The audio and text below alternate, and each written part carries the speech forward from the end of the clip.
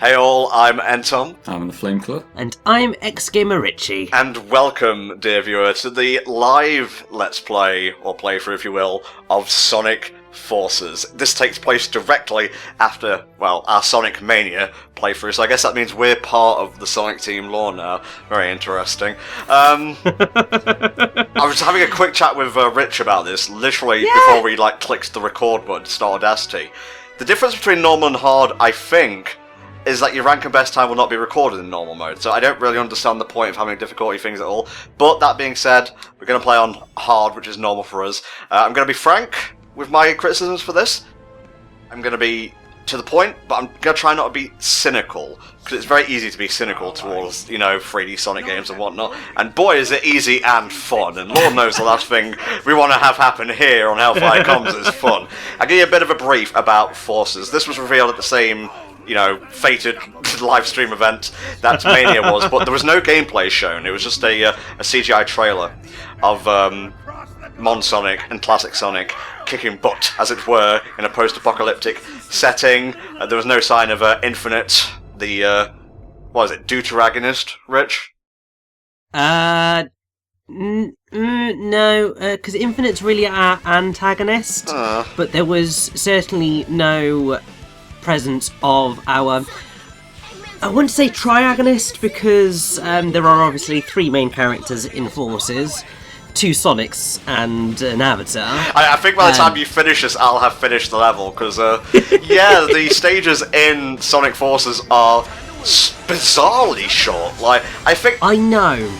Okay, I think I already got that the second I touched the bubble. Oh well. At least I'm ahead now. I'm going to try and blaze through this as fast as I can. We are doing this in one go. So Flame, you got and completed Forces before me. What was your take on it without giving too many spoilers away? Well, my take on it initially was, okay, I'm 20 minutes into this and it's broken already. Good job on the port there, Sega. Oh, right. You played the PC version, didn't you? Yes, I did. And that's the sort of thing that when it's literally a game-breaking bug that seems to be affecting everyone, not just a handful of people, it makes you wonder how well they actually play-tested that thing. Yeah. But as for actually playing the game for real, I kind of went into it with zero expectations, because the way this game was sold to me was it looked like everything Sonic could do wrong, done wrong. But I was actually pleasantly surprised in a lot of ways. Yeah. I think the most surprised out of all of us was someone who's not even part of HFC, Hattog, who says it's better than Generations in some way? No. I'm going to have to politely, respectfully disagree on that one. I'm the one with the S rank in this call. I get to decide what type of game Forces is. But yeah, they marketed this as there's two opposing forces. That's why it's called Forces. You have Sonic's side and you have Eggman's side. Guess which side we'll be playing on? There's no dark side story here. Oh sweet, I get to be an egg pawn. Fuck yeah. How I roll. How I gotta say, this has always felt really bizarre to me looking at this particular cutscene, because I don't really think we've had any other times where we've had these sort of nondescript Sonic-like non-playable characters. Wow. And it's such a change of pace that makes more sense but feels odd to adjust to. Yeah, well, there was Sonic Boom, but I digress. Oh my god, it's Sonic's greatest villains! And Zavok!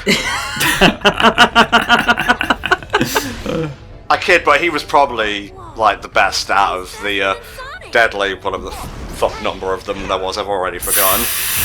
You fucking what? He is not Zor.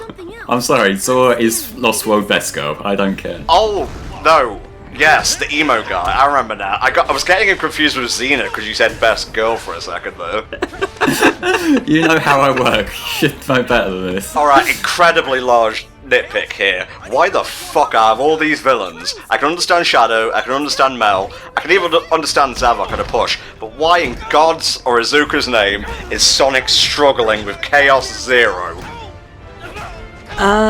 Because they needed a way to open quotation marks, kill close quotation marks Sonic in the first few moments of the game to make sure that this game was as edgy dark as it could possibly be. I guess. Without the fact of, the whole start of this game is a little bit not successful, shall we say, Well, at making that as edgy dark as it probably could be, because, Sonic's not actually dead. And we're going to learn things about what has occurred between then and now, that, let's just say, you would think would change Sonic's character quite dramatically. But he's basically just going to be fine. He's just going to have had his ass handed to him and just gone, I wonder what's for dinner.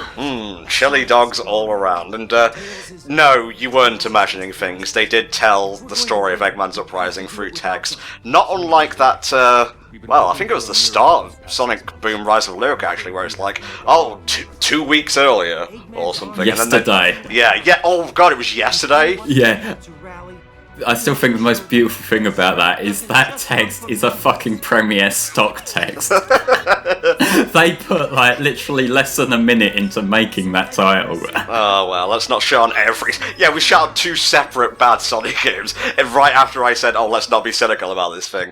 Here is the main gimmick or selling point of Sonic Forces. This, besides going back to the modern style of play, you can create your own OC. Goody. Actually quite cool.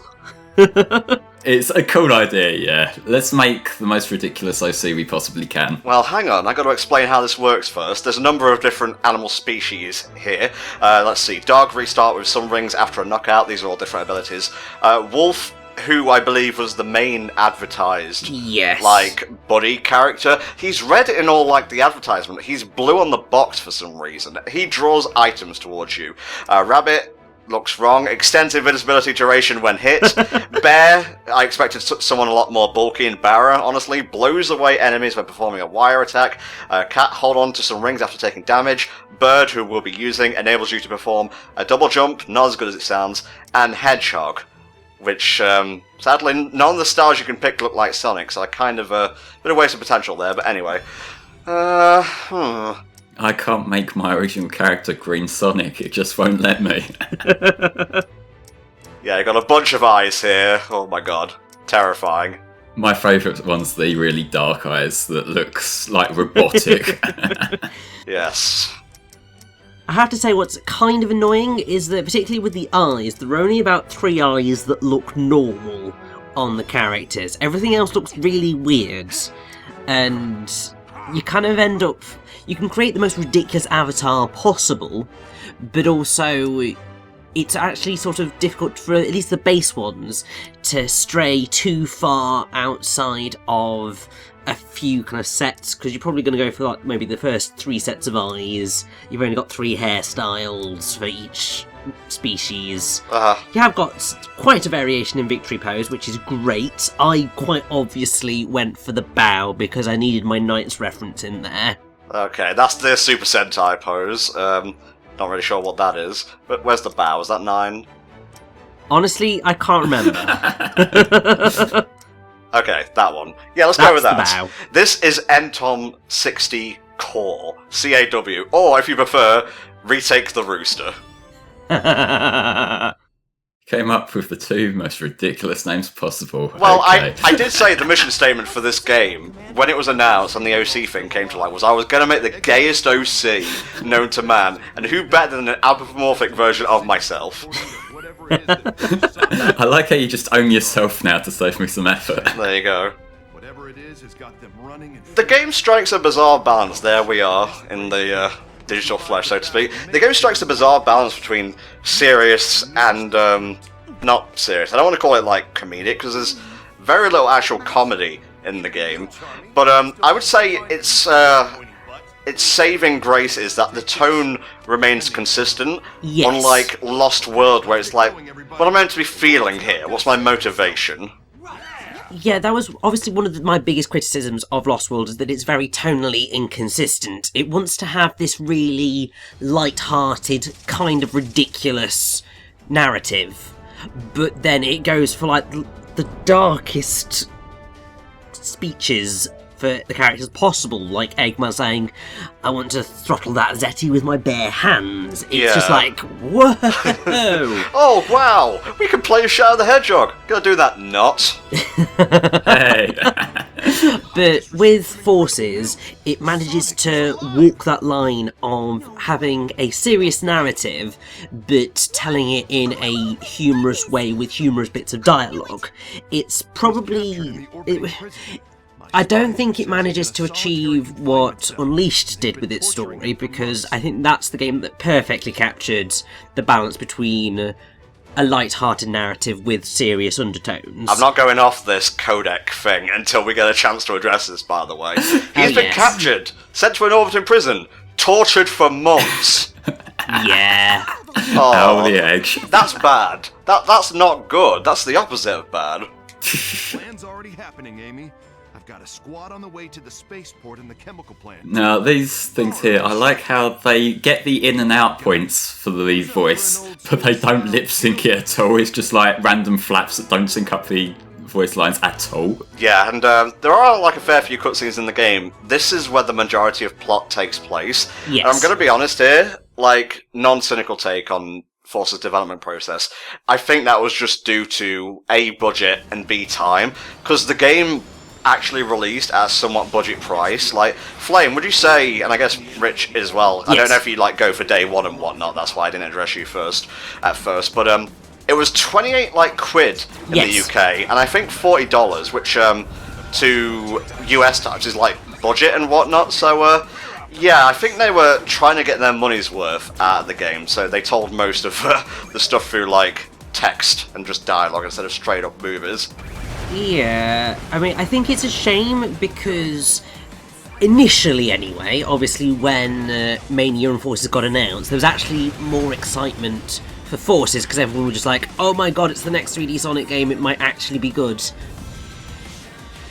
But, and because obviously they were going for this more story focused approach, it felt like they were going to go back to perhaps more of an Unleashed style narrative, but then obviously clearly they did not have the budget, and to be fair, if they had had the budget to improve the cutscenes, I would have wholeheartedly said, please for the love of God hire some more level designers.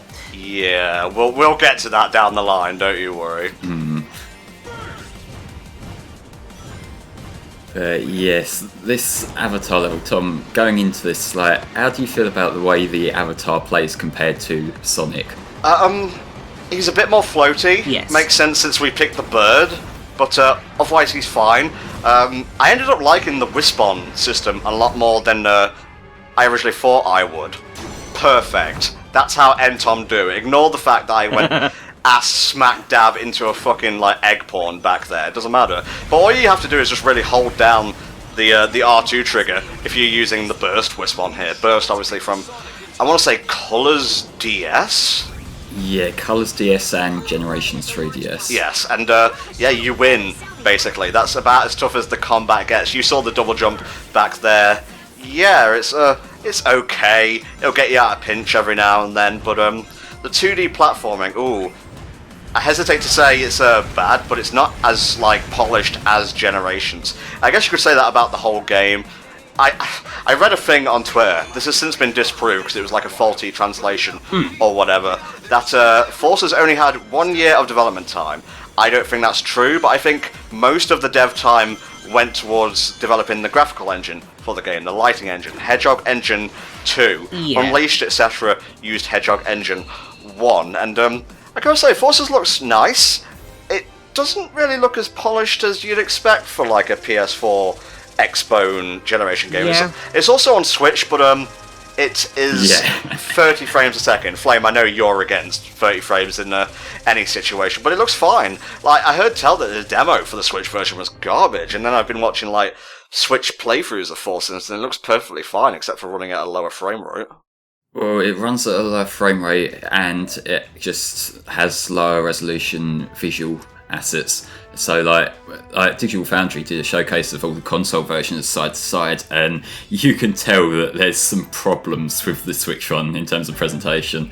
Yeah. They all do have their own respective problems, because, the Xbox One version, if you're playing it on a base unit Xbox One, somehow they managed to get screen tearing issues on a console game locked at 60 frames. I don't know how you do that. That's kind of nice. Although I do want my beautiful feathers to flop free in the wind. Well, unfortunately, you can't do that if you're wearing your hat, but to be fair, I would totally recommend the Knight's hat, because clearly, Knight's is amazing. Please, for the love of God, give me another Knight's game. Oh, I'll wear the Knight's hat then, Christ. Gotta have something to buffer until we get the gamer cap, obviously. Yeah, I'm wearing the Beats glasses, though, until I get something better. This is amazing. Might as well not be a bird at this point if I cover his beak up, so we'll leave it at that. Oh my god. No! You see that those are the Knight's hands, I believe. It's either that, or they're the Super Monkey Ball hands. I'm pretty sure they're Monkey Ball, yeah, same with the feet. The feet are definitely Monkey Ball. I'm feeling that. That looks pretty good so far. Yeah, they're pretty cool. Let's see, what we got for body. Oh, yeah. Got the Stylish. persona thing. Although I guess we could go with that as well, you know. Persona. I came to Angel Island and all I got was this lousy Master Emerald, that sort of thing. Go on, the persona jacket looks really cool. We have no bodysuits yet. We can change beak colour, eye colour, body colour, victory pose. The only thing you're locked into is like eyes, etc. So, voice as well, I suppose. And we only have the burst wisp on so far. You'll unlock more, but that's all we can do with the avatar for the time being. So, let's go on to the first stage in the third and final gameplay style. Classic Sonic. To be fair, this is probably the best classic level. Which is terrifying that is the case. And also, this is basically the only cutscene in which Chaos is ever going to prove any sort of a threat. Oh no, Tails, run away with your PTSD over Sonic being tortured for several months. Here he is, live from Sonic Mania, and that's it for Chaos Zero in the story. See, this is the particular cutscene that's raised a bit of an issue for quite a few people in terms of the handling of Tails' character. Because if you remember, like in the adventure games, there was this sort of whole arc about Tails trying to like man up a bit and become independent without having to rely on Sonic all the time. And, you know, that was kind of his character development. Whereas, compare that to now, and Tails is functionally useless, really. Like, the fact that it's Chaos Zero that he's terrified of, that thing that you can jump on his head and kill him, it's kind of a bit of a contrast in, like, they just make him pathetic in this game, really.